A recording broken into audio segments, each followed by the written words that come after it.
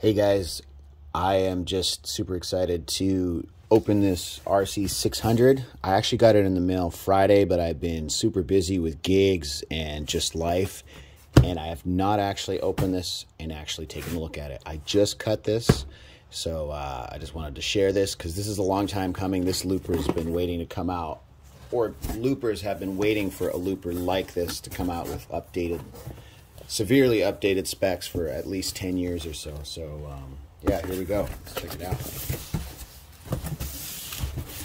So I got this from Sweetwater, and I believe I was like one of the first on the list.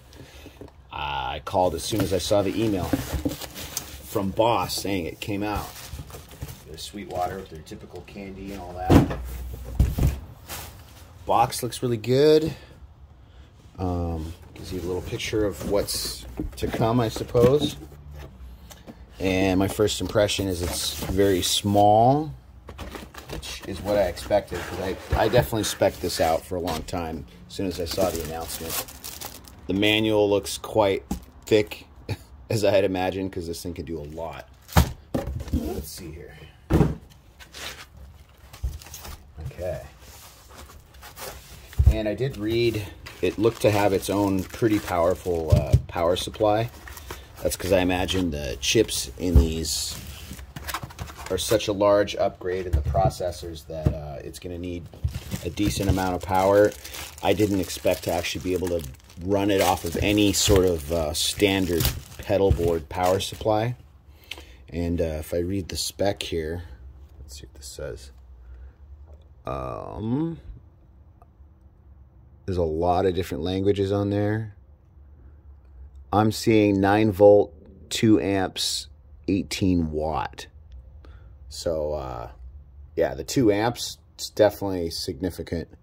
I don't plan on having this run off of any other power supply other than this one for quite a while until I get a definitive answer, because admittedly, I don't really know if I can spec one out without going through my manuals and such. So just to get used to it, I'm going to use this. All right. Yeah, just my first impression is that it's super compact, and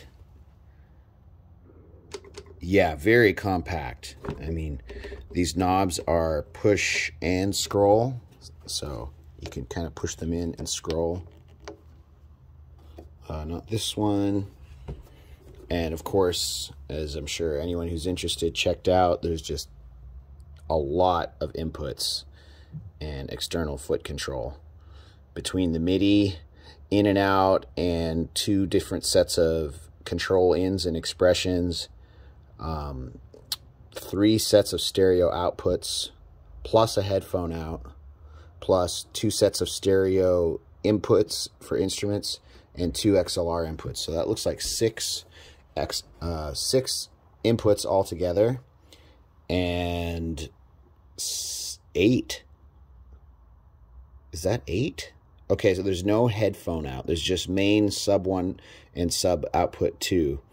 So 6 outputs. I did read that this thing has some very upgraded capabilities as far as USB connectivity to act as a USB audio interface, and it has something like I forget what the mode is called, but you can use it as an actual 8-track capture device, which I find really interesting and definitely usable, especially because this is at 32-bit. So yeah, that was just my initial thoughts on it, is to definitely use the supplied power adapter, and just to check out the build quality, and it feels immaculate. I would say this build quality feels better than the Boss RC300, which was known for its sturdiness. So yeah, I don't know what to say. I'm just gonna plug it in and see what happens. I don't anticipate actually using it a lot to perform for about maybe a month, because I really want to take some time to dig in without the pressure of performing something first, just to really learn what this thing can do. All right. I hope this was helpful.